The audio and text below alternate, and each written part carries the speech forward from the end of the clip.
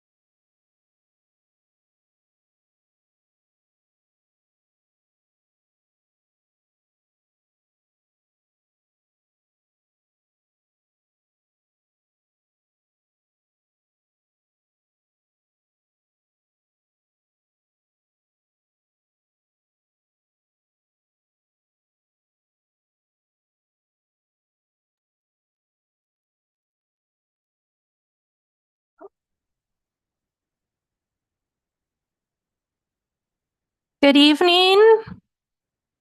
Thank you all. Thank you for everybody who's here in person and watching us online. Welcome to Phoenix Elementary's Governing Board for Tuesday, April 9th. Gonna call this meeting to order at 5:15. May I get a roll call? Yes. Roll call for Ms. Jessica Bueno, Here. Mr. Regional Carrillo, Ms. Erica de la Rosa, Dr. Alicia Vink, Here. and Ms. Carmen Trujillo. Present. Thank you. Thank you. We're moving on to our tribal land acknowledgement. In partnership with the tribes who called Phoenix their home first, we acknowledge and respect the land our schools are built on. We commit to being a strong partner with any and all tribal nations who entrust their children to our schools. We are grateful and honored to be partners. Please stand for the Pledge of Allegiance.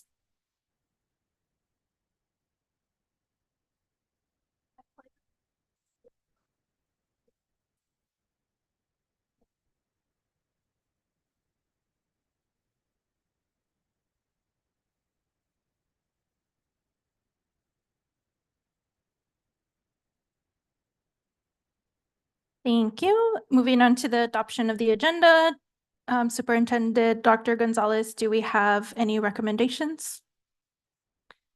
Madam President, I recommend you adopt the agenda as it stands. Thank you. I motion that we adopt the agenda as is.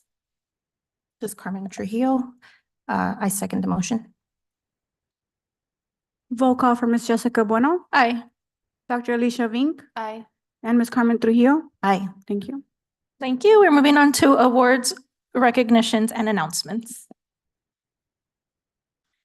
Madam President, we are honored this evening to have artists who have presented their artwork for us at the recent arts show at the Alwyn House. This is Phoenix Elementary's culminating art event of our artwork that our teachers and our students have been working on throughout the year. And as you look around the room, you're going to see outstanding artwork that has been produced by our students.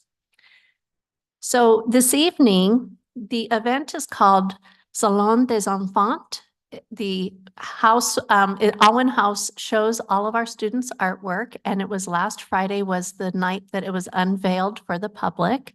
And then this Thursday, we're going to have an event here in the governing board room again, so that viewing audience can hear and come and see the work that we have from our outstanding artists. And there are still some pieces available for purchase, and the money goes directly to the students for their artwork. So tonight we're excited to announce some of our winners. And if they're present, we're going to have them come up and join us at the front. And then we're going to take a picture with all of the artists who are present.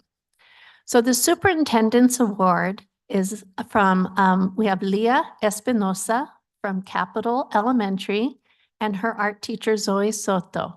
So Leah, would you come up and join us here?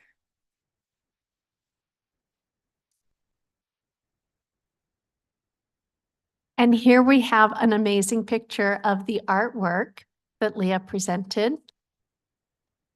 And then the other superintendent award is Leila Verdugo Soto, not related to the Soto art teacher at Capital, but she's at Dunbar Elementary, and her teacher is Ann Armbruster.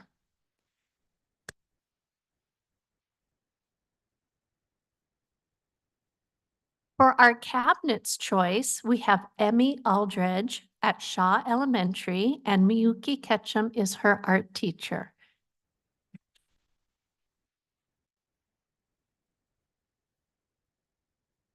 And I'm particularly fond of Emmy's artwork with the dragon, because this is the year of the dragon. And if you're a dragon in the year of the dragon, it's an extremely lucky year.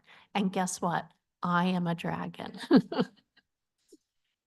For our governing board choice, we have Robert Perez Serrano from Kenilworth, and his art teacher is Lauren Feldman. Robert, will you come join us?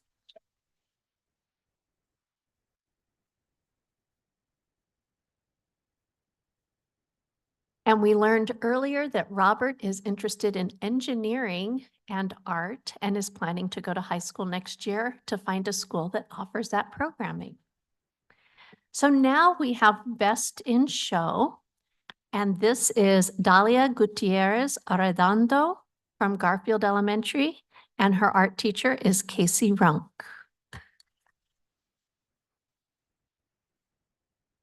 And the remaining artwork you're going to have to visit around the room to be able to see.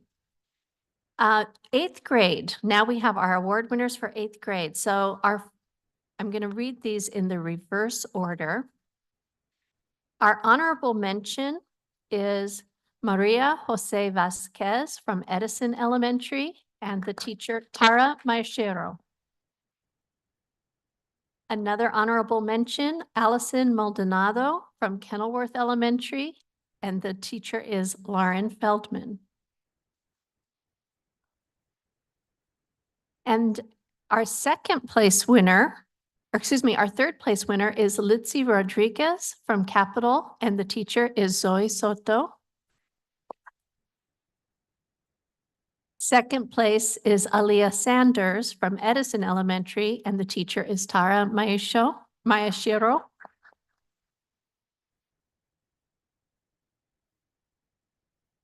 And the first place winner in 8th grade was Estrella Botella Salazar from Herrera Elementary, and our art teacher is Susan Bauer.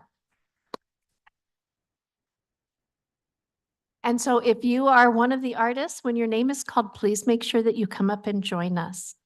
In 7th grade, honorable mention goes to Anarubat Patricio from Capital Elementary, and the teacher is Zoe Soto. Honorable mention for 7th grade is Vada Ulebari from Garfield Elementary, and art teacher Casey Runk. Third place is Octavio Mena from Capital, art teacher Zoe Soto. Second place is Alessandra Roscoe from Kenilworth Elementary, and the teacher is Lauren Feldman. And the 7th grade first place winner is from Lowell Elementary, and that is Zachary Collins. Our 6th grade winners.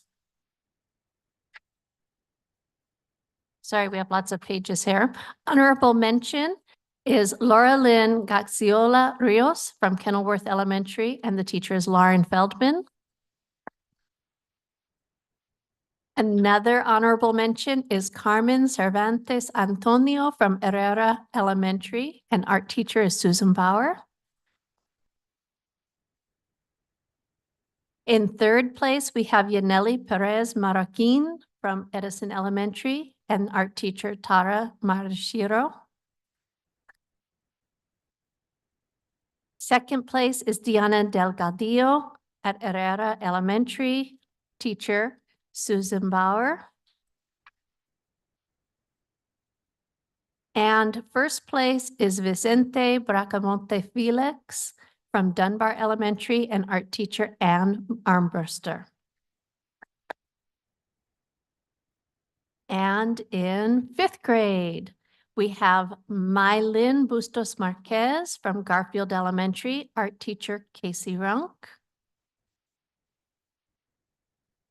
And another honorable mention, Faith Brown from Shaw Elementary, art teacher Miyuki Ketchum.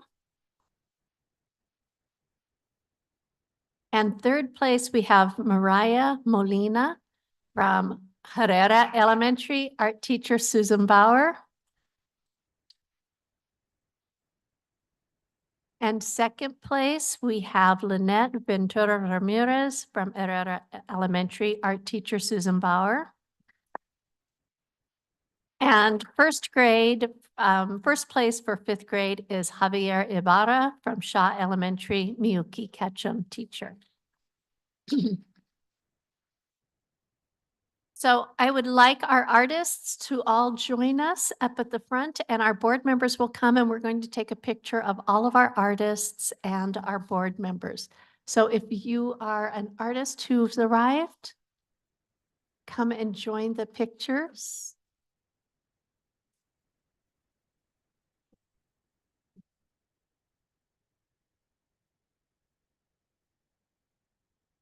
He's good together.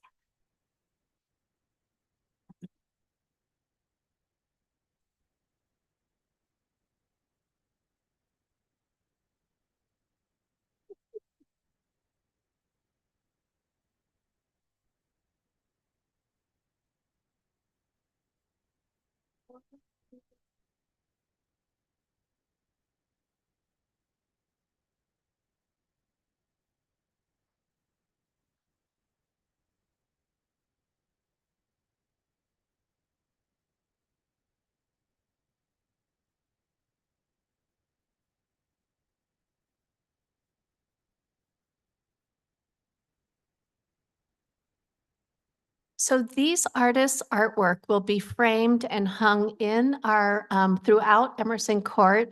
The superintendent choices are hung in, or excuse me, the governing board choices are hung in the governing board room. And that's so that our viewing public gets to see the artwork forever in our governing board room, and this becomes part of a gallery of student work. So thank you all for your outstanding talents, and thank you for sharing them with us.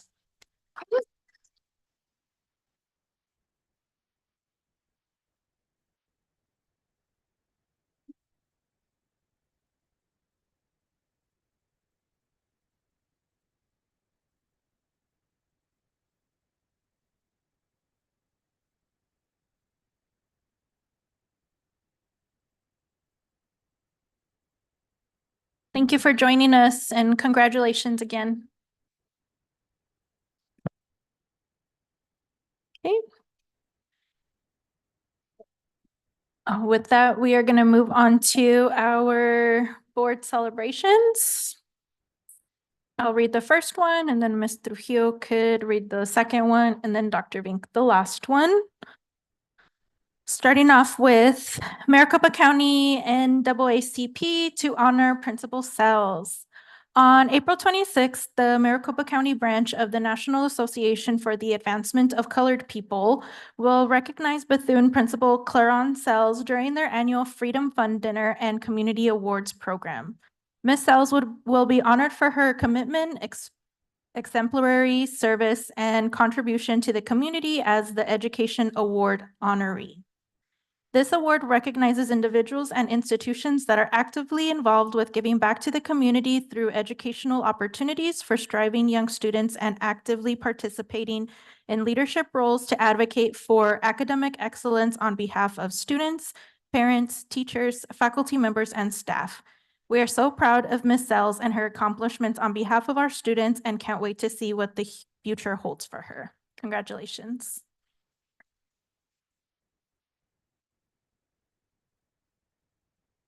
Next up, we have the Diamondbacks mascot visiting Kenilworth students. On March 6th, Kenilworth students got a visit from Baxter, the Arizona Diamondbacks mascot. To promote STEM and literacy, the Arizona Diamondbacks teamed up with Honeywell and created the illustrated children's book, Baxter, Zach, and the Half Moon Attack. Baxter gave a copy of the book to each student, often toying with them to grab it from him and challenging a few students to the game of rock, paper, scissors. The visit was part of National Reading Month and Read Across America Week activities. Congratulations, Kenilworth.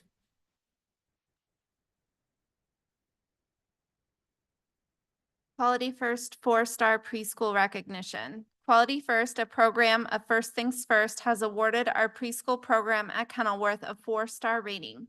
Quality First assesses programs using valid and reliable tools that focus on what research shows are the key components of quality early care, including adult-child interactions, learning environments, and staff qualifications. The 4-star rating indicates that our program exceeds quality standards for early learning. Kenilworth joins our other 4-star sites of Whittier and Magnet. Congratulations to the team at Kenilworth. We thank Faith North and our 4-star sites for providing high-quality, developmentally appropriate, and relationship-based instruction for our earliest learners.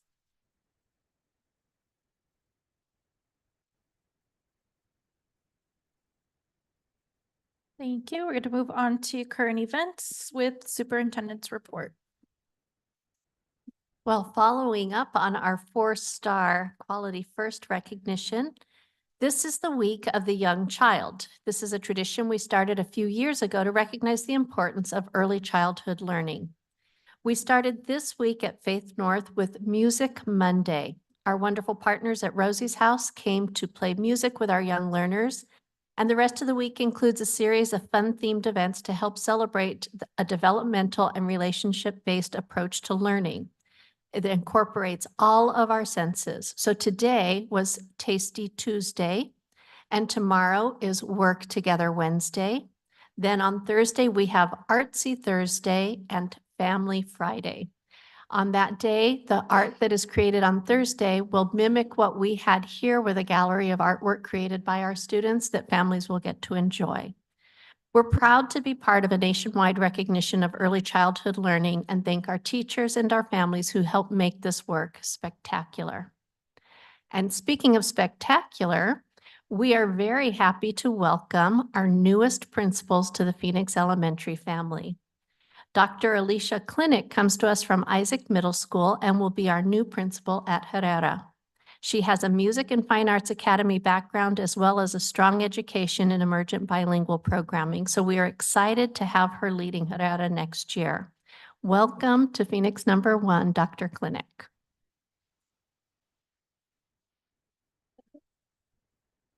On April the 17th at 3 a.m., Dr. Clinic will have a meet and greet with staff, and at 4 o'clock, our families will be able to join to meet her.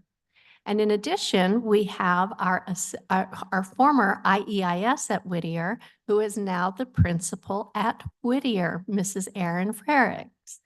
She is not new to Phoenix #1, but she is new to the principal role, and she has been our interim since Mr. Olmsted left to become the director of plant operations.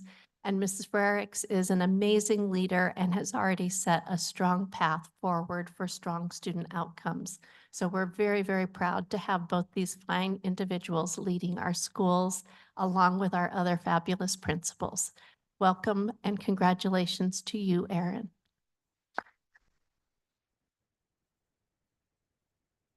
But wait, spectacular is not over yet, because we want to acknowledge that this week is School Communications Professional Recognition. And I want to recognize our own Ms. Nicole Baker. We appreciate her creativity, her love of our students and our district, and her incredible ability to connect with all people. And she's right, this is not in her notes. But we want to say thank you to you for everything that you are doing to help showcase the amazing students, families, and staff in Phoenix #1.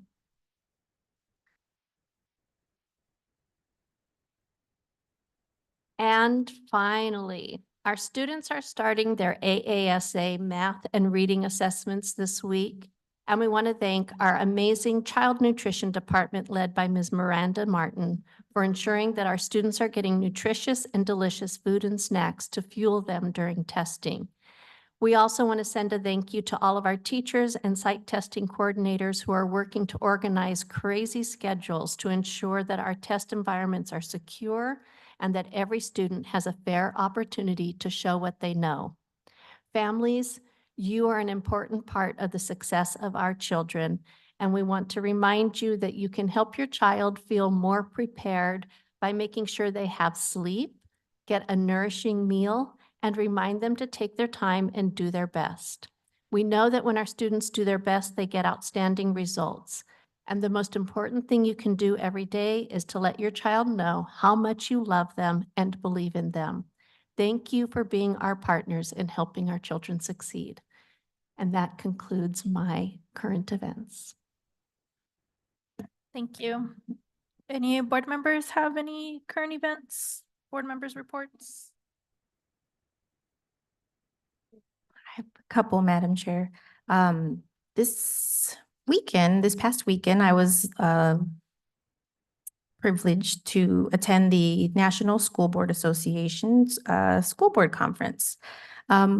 Able to learn about opportunities, new and innovative ways that I can be of service in my school board, in my school governing board capacity. So it was really overwhelming just to meet with everybody across the country, it being a national instead of a state level, local thing. But I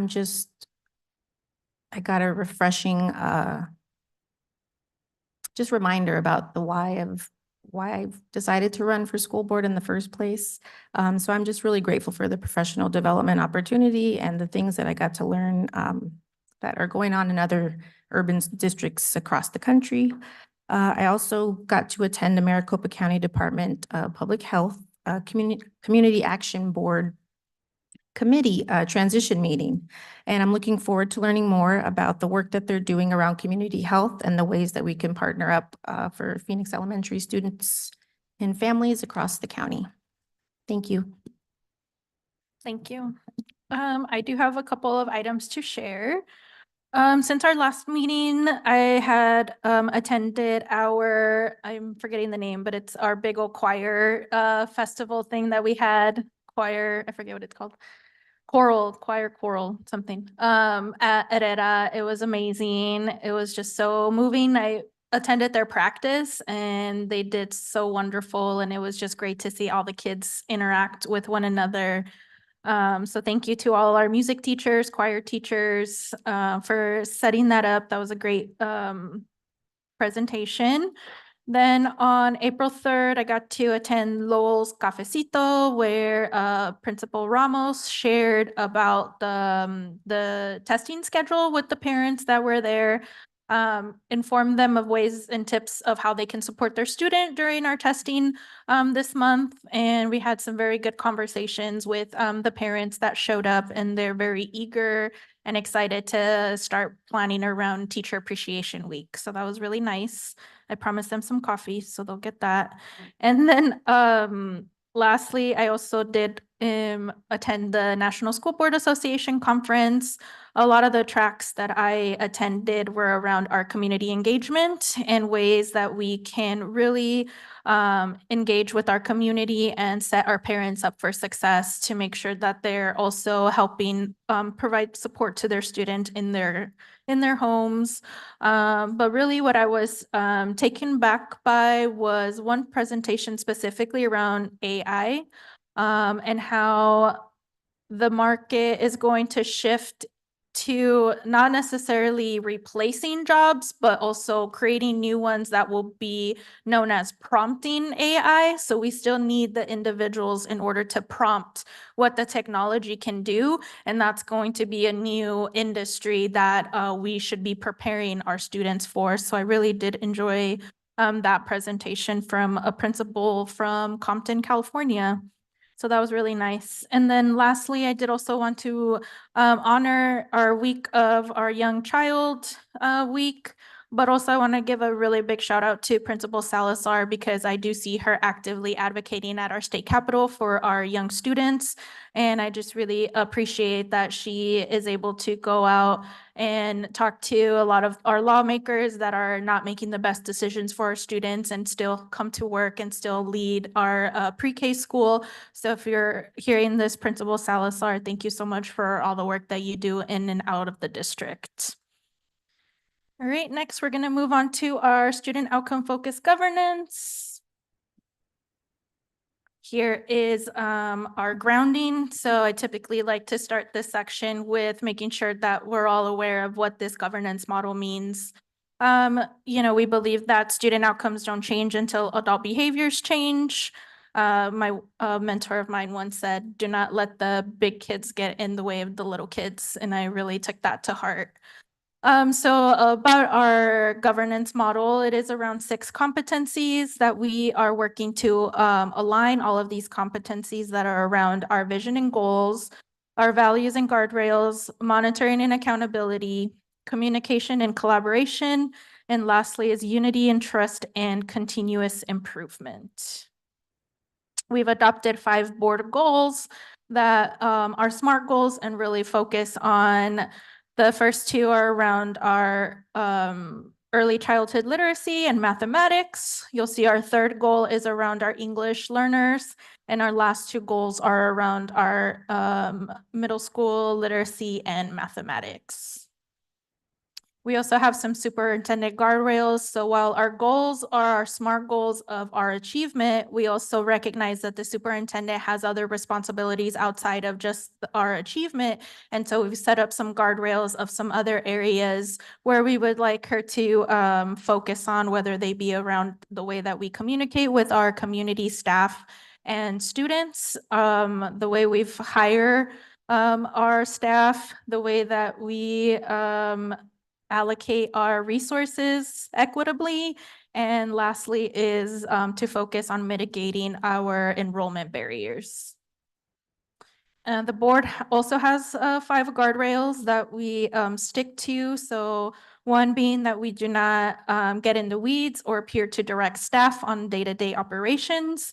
We focus on spending 50% of our time monitoring our goals and 50% of the time focusing on other areas, for example, sharing our board reports.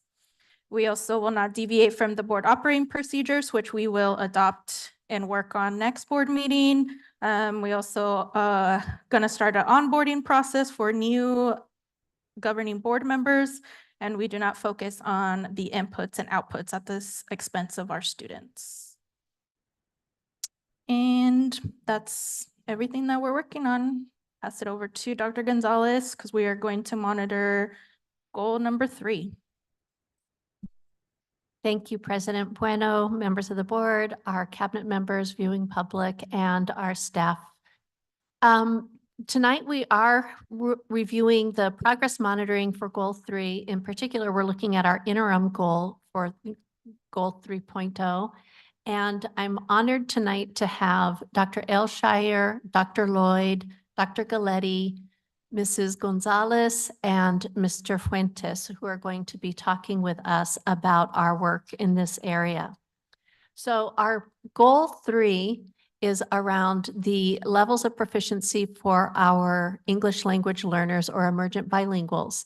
And for the interim Goal 3, what we're looking at is the percent of English learners who are increasing at least one placement level as measured by iReady Reading Diagnostic.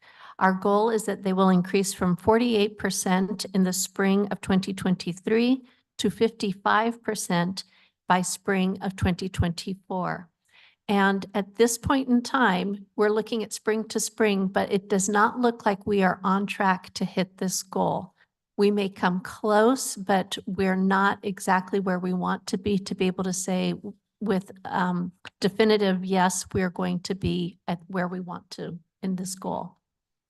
So when we present our data, we then ask our governing board members to review our report and submit questions. And so we have a question here from President Trujillo, Vice President Trujillo. Looking at board goal number 3, page 1 of the report, what factors are contributing to us not being on track to meet our goal? Where are we seeing the greatest challenges and where are we seeing the greatest growth? And for this question, we'll be able to have Sarah and, we're going to have Dr. Lloyd and Mrs. Gonzalez speak to this question.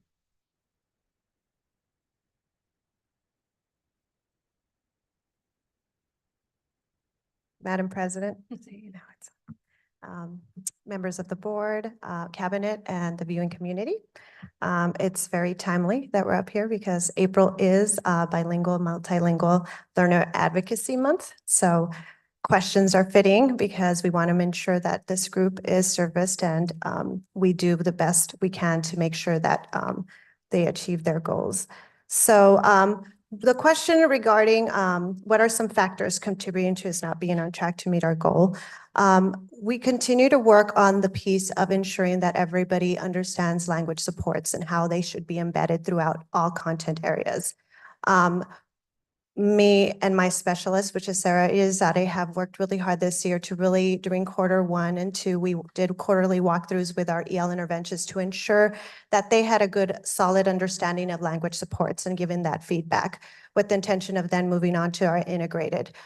We did get our letter of, from OLS of a visit, so our focus became with our 4 schools and our newcomer center, really working with them to ensure that those are highlighted and observed during their visits. So it was a unique opportunity for us to really see where our teachers are seeing the lack of understanding of language supports and really do a framework of PD for them. So as we got to visit classrooms and get to know with teachers and interact, we set up a PD that followed what we saw needed more support and really walking them through the lesson process because they have the lesson plans, looking through the lesson plans and seeing those language opportunities and what supports are aligning to that portion. So as we move to PD forward, we're thinking of taking what was effective in that model to other schools and to continue implementing it district-wide because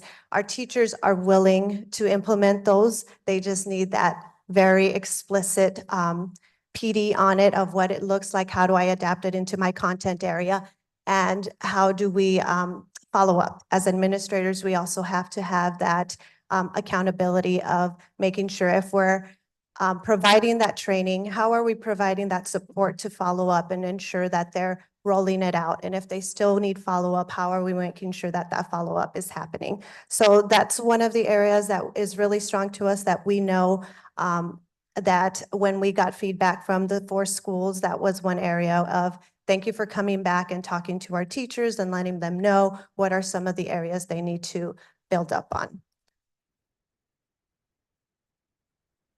I'll add one more factor.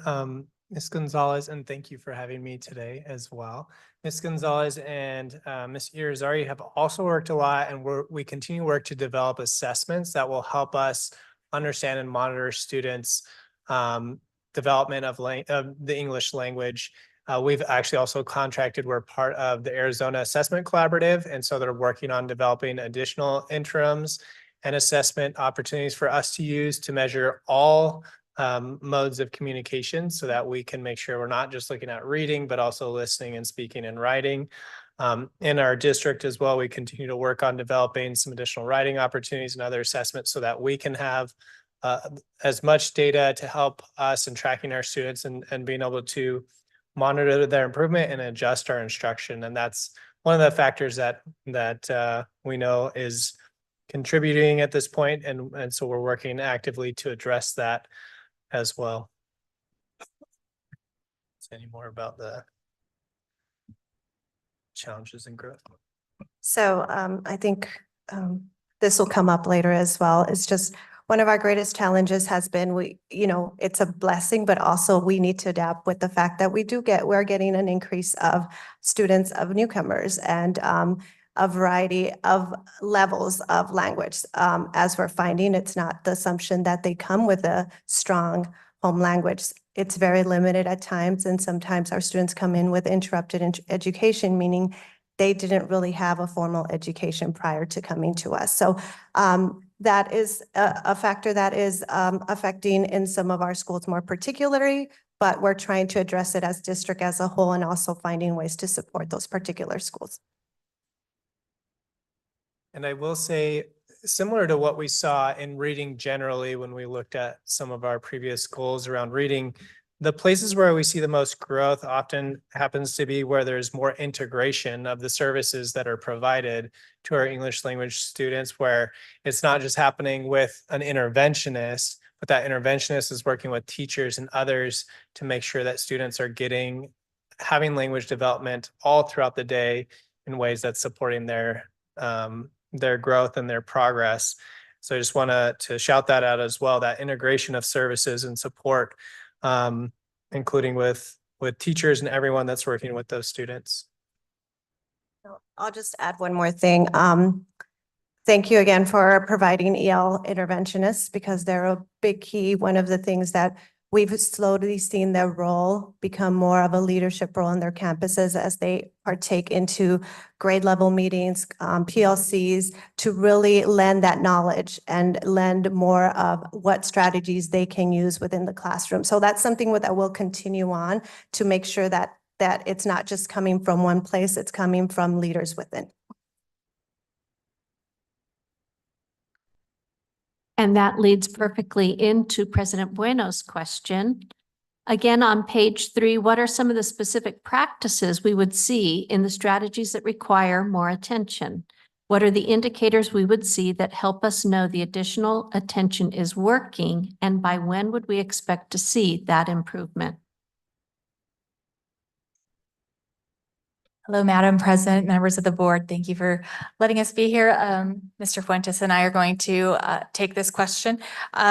So specific practices, and we're very fortunate within our district to be so collaborative across our departments and along with our schools as well. So this question is very much, we've been working in curriculum and instruction and along with our school principals and our school leaders with Mary Lou and Sarah as well, and helping to support and understand those high yield instructional strategies, which include our language supports and structures. And so some of those specific practices would be sentence stems, sentence frames, use of collaborative learning structures, scaffolding for students, vocabulary routines, in addition to some of the routines that are provided from MAKISA, our county partnership with the learning acceleration strategies. So all of those types of practices that embed language into the classroom. So some of the indicators that we know when we walk through classrooms and when we see this in practice is really more dialogue happening within the classroom, students having those conversations, participating in those academic discussions throughout all of the content areas. One thing that, and I think Mary Lou alluded to this, we're really working hard to ensure that all of our teachers see themselves as language teachers and really embedding those strategies and structures. And so they do need some support, as she indicated, with that professional learning to understand how and where to do that and how to align their content with those ELP standards. We are doing that very intentionally through our curriculum development work. So we started some curriculum mapping just yesterday, actually, with our full group. I'm forgetting what day it is. It's been a good week. So we have started that, and we have our ELP standards directly embedded within that. And so that's going to further help our teachers to make those alignments within their lesson planning as well. So and when we're going to see those strategies taking effect and showing some improvement, as we know, improvement does require that consistency. So as we provide that professional learning and as our teachers understand and start to really understand how to embed those language structures directly into all content areas across the school day, we'll start to see our students participating more in those conversations and those dialogues. And the more use of that language is going to strengthen that for them. So, so we expect, as we start to see that understanding across our school district, really being embedded within those lesson plans, that we're going to start seeing that improvement gradually happening and naturally happening. I know that Mr. Fuentes has some examples specific to Edison that he's going to share. Thank you, Dr. Coletti. Good evening, board. So at Edison, some of the things we've done, thanks to Mary Lou and Sarah, who have created a huge bank of strategies that are on our resource page for teachers, is we've really targeted some of those 3 moments that we've been learning about, which are related to the quality teaching for English language learners, which is preparing the learner, that background knowledge, exposing them to pictures and language before they even get into a text that they're going to read. So those pictures and things relate to it. And so really it's about the discussion, right? It's about them talking. It's about them seeing things. It's about writing words on the board that connect to the pictures that they're seeing. We move into engaging them with the text. And so looking at strategies that help them to engage. So reading with the purpose is one of them, right? Why am I reading this piece of text? What am I supposed to get from it? And then we go beyond that and we extend that learning. And so that's really where the collaboration comes in, where we're partner talking, where we're creating a collaborative poster, where we are touching on different strategies that we're learning from each other, and really being purposeful in how you group students so that they have models that they can learn from, and also that can support them with their academic journey. And so those would be 3 areas, but the website does have, the different strategies that are broken up by those 3 phases and really support them. At Edison in particular, we, during our collaborative team meetings as teams, said these are the strategies we're focusing on for the next few weeks, brought back work samples, talked about what worked, what didn't work, and then really looked at how do we take that strategy and make it work for our students. As you know, we have a lot of new students, some are newcomers, some have been in school, some have not, and so it's been a journey, but really utilizing those resources and those strategies that are provided with exemplars online, thanks to Mary Lou and Sarah. Thank you. And if I can just interrupt very quickly, part of the reason that we asked Mr. Fuentes to be part of our team presenting our progress monitoring, he has had the largest growth this year in students coming to us from different countries with immigrant and refugee status. And even with this new addition of students, he and his staff have worked very, very hard to make sure that every learner is getting a quality introduction to becoming English proficient.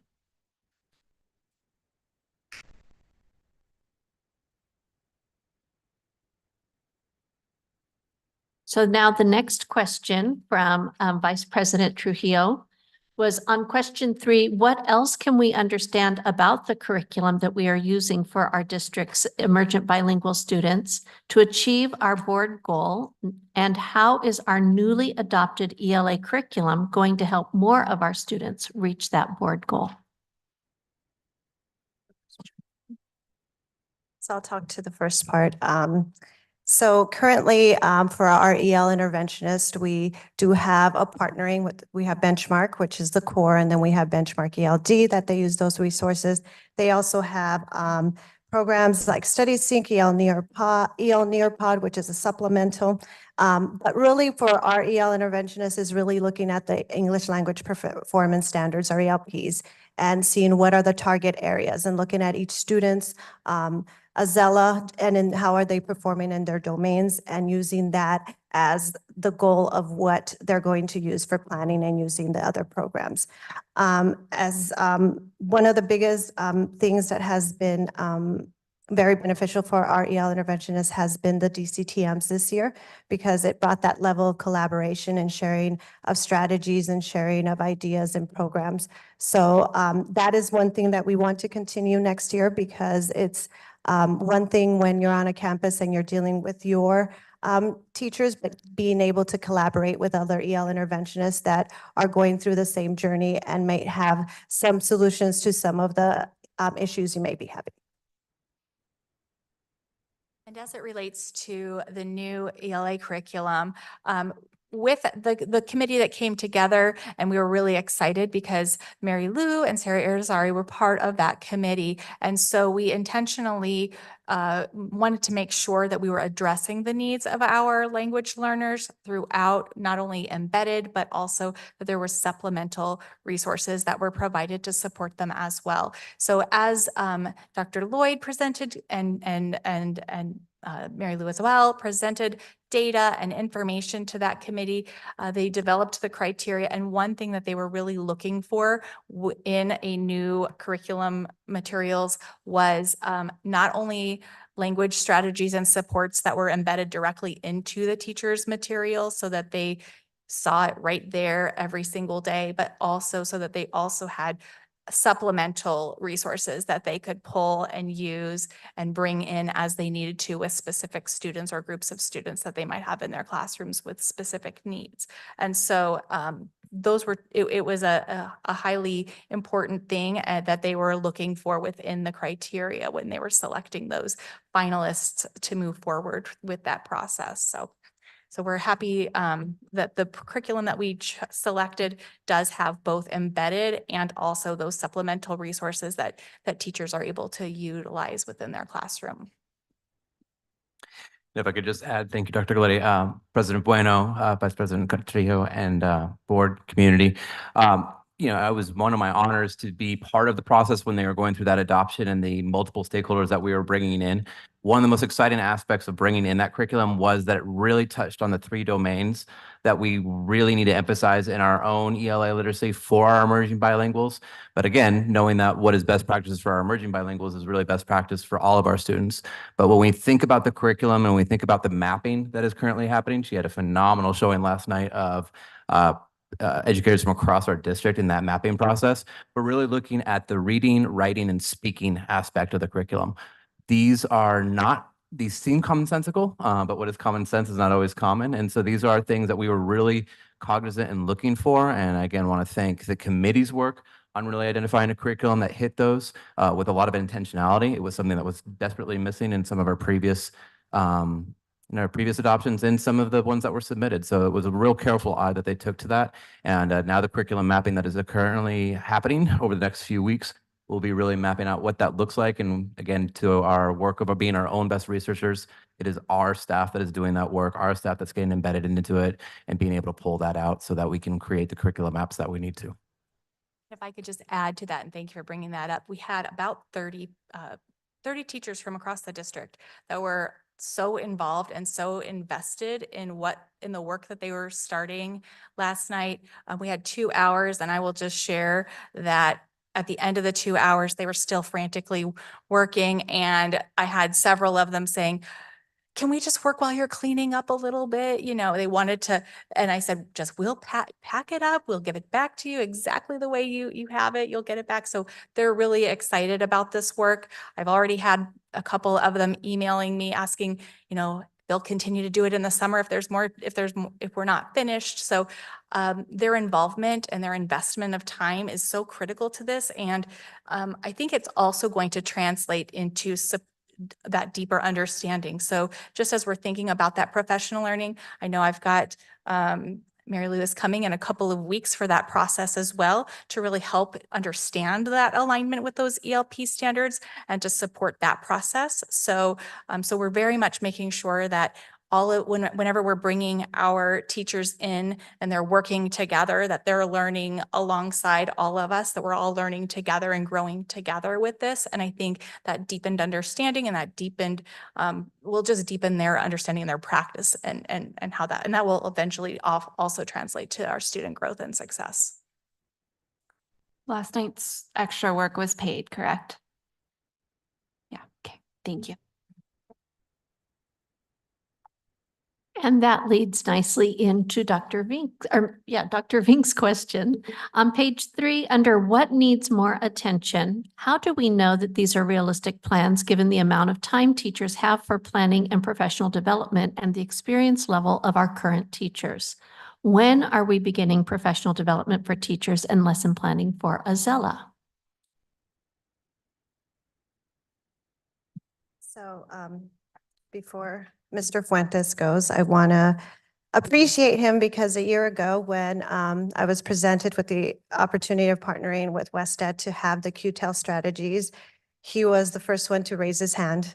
And not only did he attend those meetings, even though it was a commitment, he made sure his leadership team also attended those meetings because you have to have strong understanding of those strategies if you're going to inspect them. So applaud to him because then come January, he got an increased amount of ELs, so he was prepared for that. But knowing that QTEL strategies are really geared to our basic and intermediate, he's had to make some adjustments, knowing that a good portion of his ELs are newcomers, meaning they're in years 1 through 3. And so their needs are a little bit more than our basic and intermediates might be. So I'll let you talk to those pieces. Thank you. I've actually loved the increase. I've been a learning curve. First, we have to start with understanding kind of the language needs of our students, right? What are their needs? Especially when we break down Azella, there are different categories that we can go into. And so I would say with the support of Mary Lou and Sarah and really looking at our lesson planning, it's allowed us to go deeper into not just knowing that this student is basic. Okay, well, what areas are they basic in? Because they might be strong in writing, but they might be struggling in listening and speaking, which is common. Or we have some students who are really strong in the reading portion and the comprehension, but couldn't do the writing portion. And so you have to start there and really understand what are the needs of every single child because they're very different.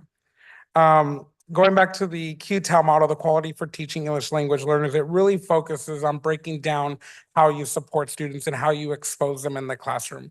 From that building background knowledge, which means we are giving them language through experiences and not just hear the vocabulary words, right? It's really looking at how are we exposing them to language, whether it's through visuals and it's through them coming up with words that they know based on visuals they see, and then building up the support. What we've learned is because we have so many different levels of English language learners, there's a high need of support for our teachers. So I was fortunate enough to send a group of staff, including the leadership team, to be part of the Quality for Teaching English Language Learners. And I have also now have a second cohort is doing the writing portion. And this summer, we have another group doing the English language training with Ms. Mary Lou. And thanks to the grant we recently got, we have a group of staff who are going to go through Kagan training. And our goal is that we have these different staff with different skills who are going to really take these strategies that are best for students. And remember, all of these strategies are best for all students because they're exposing themselves to language, they are speaking and they're discussing, and they're being able to make sense of things together. And so all of our students benefit from all of this professional development. And so what we've really done is we broke down this Quality for Teaching model and we started with background knowledge. In Q1, we said we are going to get really good at building background knowledge.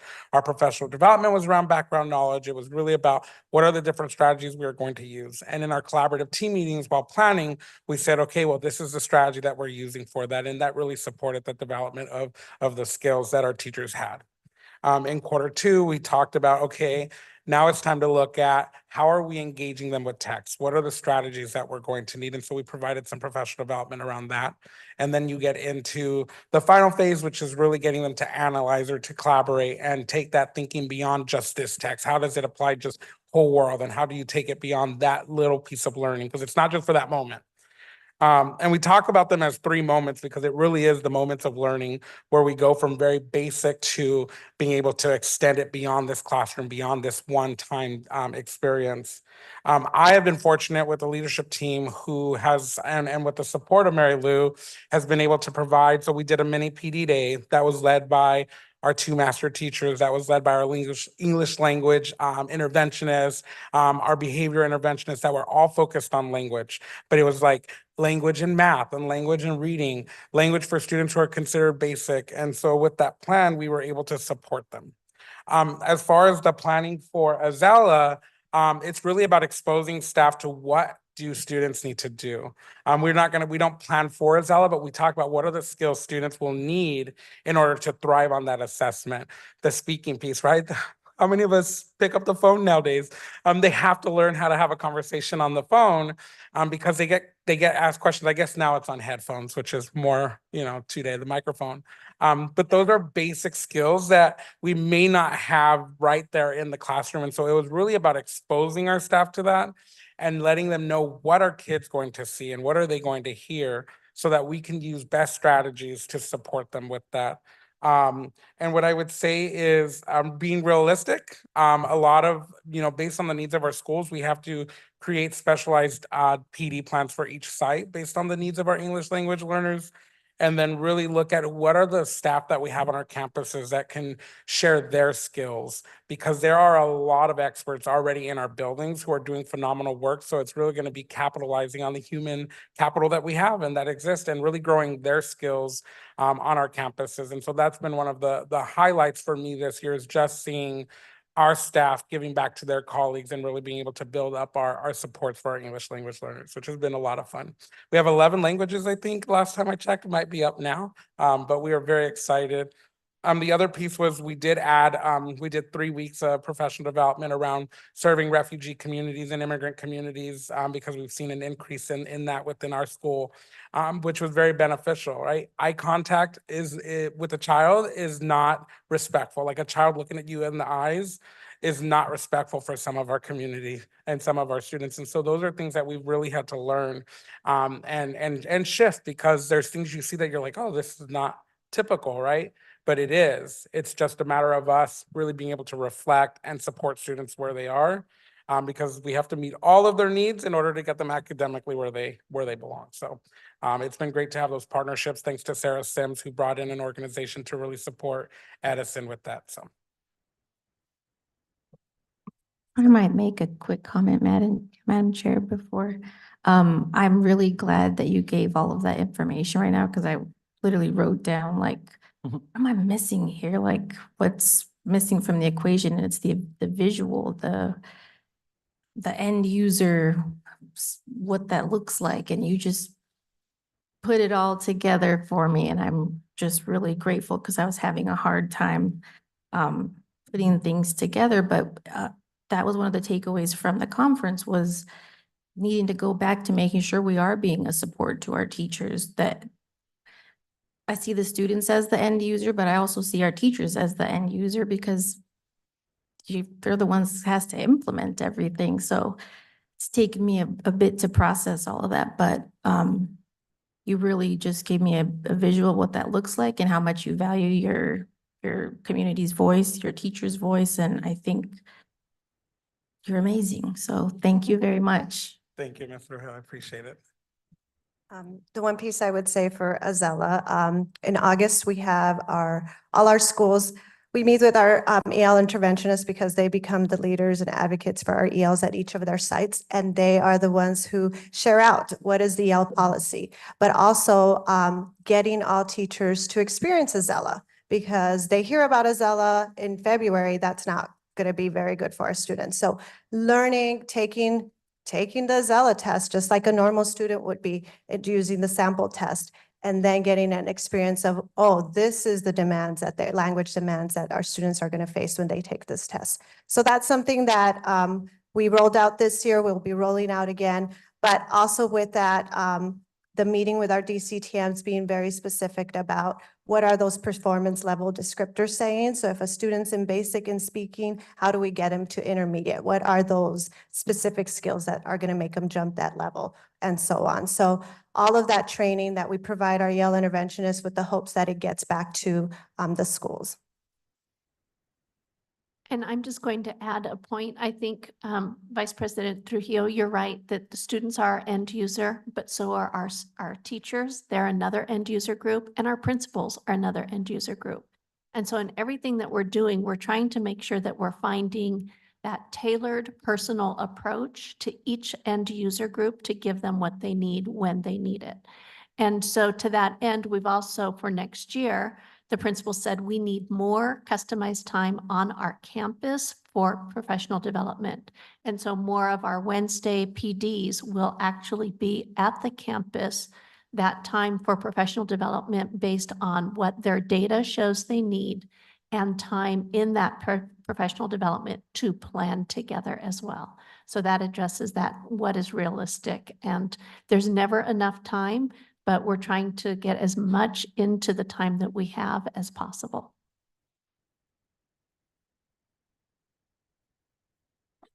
And with that, I'll go to Dr. Vink's next question.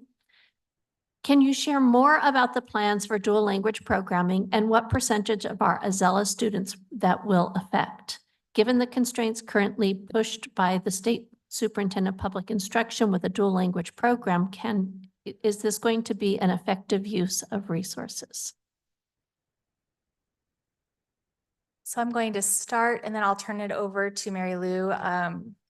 So we've been very fortunate this year to be participants in the Arizona Dual Language Immersion Network. What that network has provided us is the opportunity to not only learn from other school districts who have successfully implemented DLI programs, but we've also been able to benefit from some of the newest, latest, best research and best practices as well. So, so it's several districts coming together, learning and growing, and they'll bring in outstanding speakers from across the nation who are experts in this area as well. From that work, we have received fidelity assurances, which are they're outlined by the Arizona DLI network to address components of an effective or quality DLI program. And so I'm going to turn it over to Mary Lou to talk a little bit about those components. So a key point, a lot of the key points are in that pre-planning phase. And I think that I'll talk to that question of what percentage of RSL students will that affect. We won't know more until May. The first week of May is when we get the Zella results. And based on those, we'll have a better understanding of where students are in their proficiency levels. And also knowing where the state stands when it comes to their implementation of the 50-50 model. But some of the key factors that we need to keep in mind as we begin the framework of what our dual language, because we want it to be an effective one that we can celebrate, is really being solid on our program structure, really knowing what our vision is. What is it that we want from the program? What is the outcome? What do we envision when our students leave us? Are they going to be biliterate? And what standards are we going to use to measure that? So a lot of those pieces need to be put in place and make sure that it's not only written, but it is known by the program participants, the families, so they know what they're registering their students for. And that our teachers, one of the main things is ensuring that our teachers are trained to support that and implement that. So visiting other campuses that have in other districts, what is working for them, what would they advise?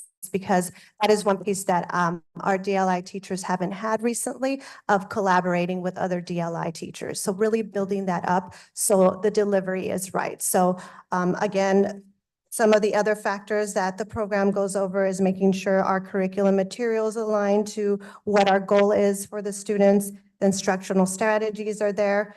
I already talked about the measurement, making sure we have a measurement. Right now in our pre-planning phase, we are wanting to know where are they in their, not only their English, but where are they with their Spanish, so that we can reach them where they're at. So some of those pieces need to be set as a foundation so that we could have a good rollout and that we can have measurements as we move it along.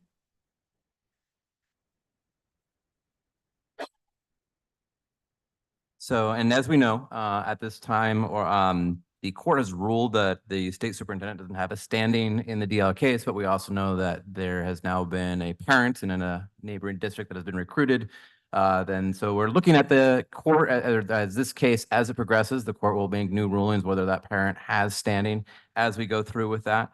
What we do know for sure, talking to the families at Herrera, participating in the Reimagine Phoenix #1 academic visioning, is that DLI is a program our families do want to have in our district. It can be a very, very strong program. It can be an incentive to not only bring families into our district, but also to recognize the funds of knowledge our own students bring and what that role can be in our academic curriculum.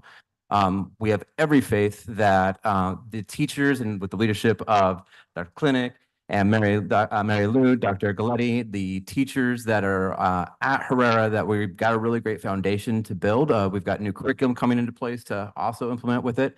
But our goal is to really ensure that we have quality programming at as many of our sites as possible, and DLI is part of that vision that we've heard very clearly from the families at Herrera that they want. And in fact, when we had the reimagining, that they want more opportunities in our district, not less of those. So we'll be paying attention to the courts as they kind of do this, as we always are on the various initiatives that impact our students, and we'll be making sure to respond as appropriately.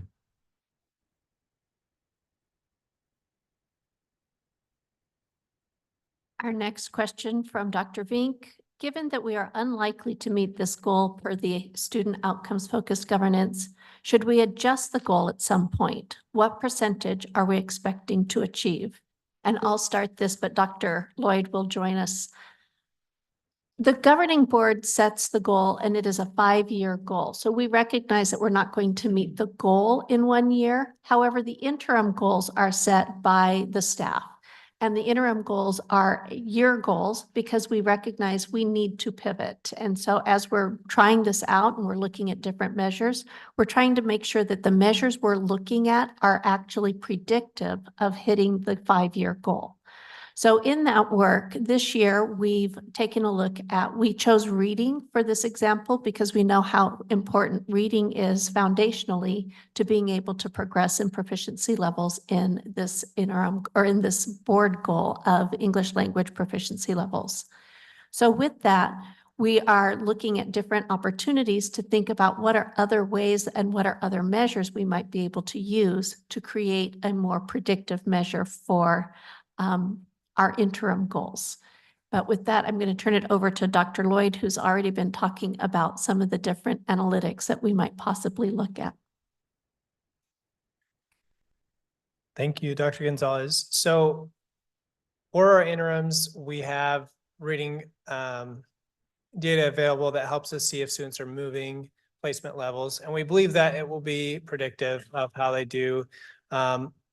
After we get this year's data from Azella, we'll be able to run correlations to see how predictive it is, as well as look at some other possible options. Because in these data that we presented today for interim, this is only for students in grades 4 through 8, right? So we're missing a large portion of students because a lot of our students who are EL are in grades K3.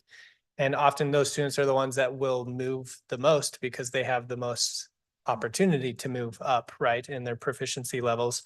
So we'll continue to look at possible ways of measuring their reading as well as writing, and continue to work with Ms. Gonzalez and Ms. Irizarry to identify what are the best ways, not only to predict, but also to help our district with monitoring and making sure we're adjusting and supporting the practices that we want to see. In terms of what we can expect for improvement this year, with at least with the iReady improvements for the interim goal, we know usually we'll make between 10 to 13% from the winter to the spring. So from where we're at right now, which we are at, what were we at? 36%. So, you know, somewhere between 49 or 46 to 49% is what we can expect, which would be, you know, 5 to 8 points lower than what we are hoping to achieve for our interim this year.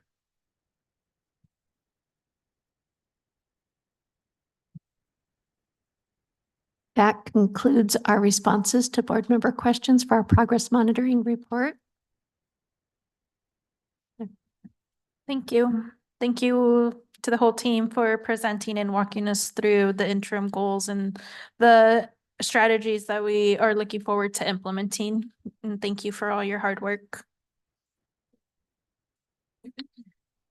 Next, I motion that we approve the progress monitoring report of board goal number 3. Thank you. This is Carmen Trujillo. I second the motion. Roll call for Ms. Jessica Bueno, Aye. Dr. Alicia Vink, Aye. and Ms. Carmen Trujillo. Aye. Thank you.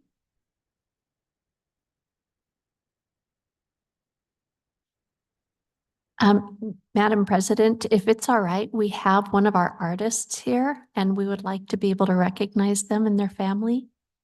We are very proud to have Estrella Botella Salazar from Herrera Elementary. Would you like to come forward and show us your art? Tell us which one is your artwork and we can take a picture with you.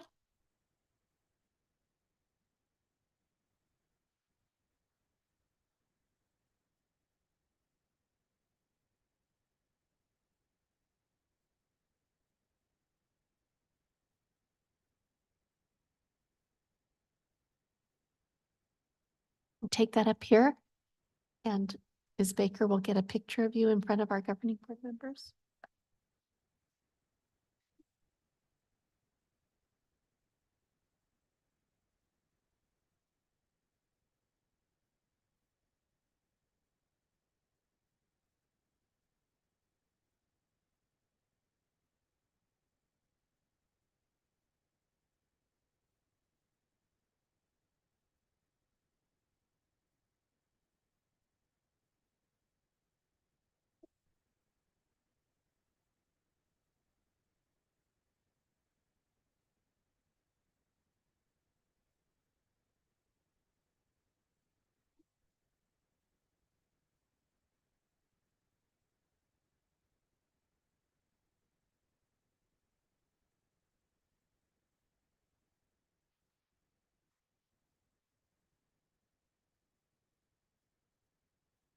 Congratulations.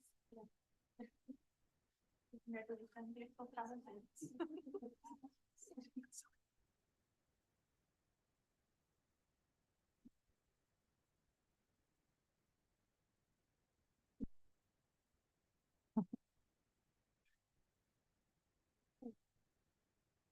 Thank you. Thank Thank you you. for joining us. Muchas gracias por estar con nosotros hoy. Thank you. Moving on to our community communications. Do we have any electronically? We do not. And I did not get any in person, so we have no comments for today. I motion that we approve our consent agenda. This is Carmen Trujillo. I second the motion. Roll call for Ms. Jessica Bueno, Aye. Dr. Alicia Vink, Aye. and Ms. Carmen Trujillo. Aye. Thank you. Thank you. We are at our closing items. Do we have any board member requests?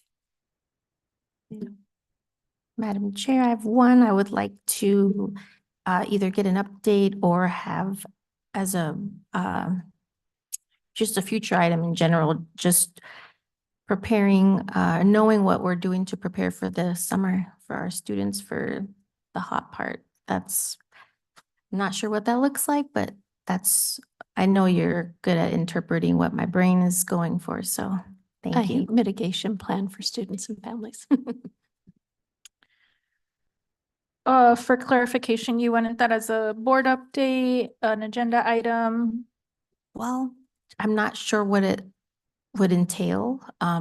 So I was gonna leave it to Dr. G to decide if that's something that would fit better in an update or if it's something that we want to present to the community. We can start with a board update, and after we have a better sense of what's entailed, we can decide where we go next. Okay, thank you. Any future agenda items? Okay, hearing none. Motion to adjourn at 6:26. This is Carmen Trujillo. I second the motion. Roll call for Ms. Jessica Bueno, Aye. Dr. Alicia Vink, Aye. and Ms. Carmen Trujillo. Aye. Thank you. you. And we are scheduled, our next meeting will be on October. I'm just all over the place. It's this eclipse thing that happened. April 23rd, a Tuesday, 5:15 here at our district office.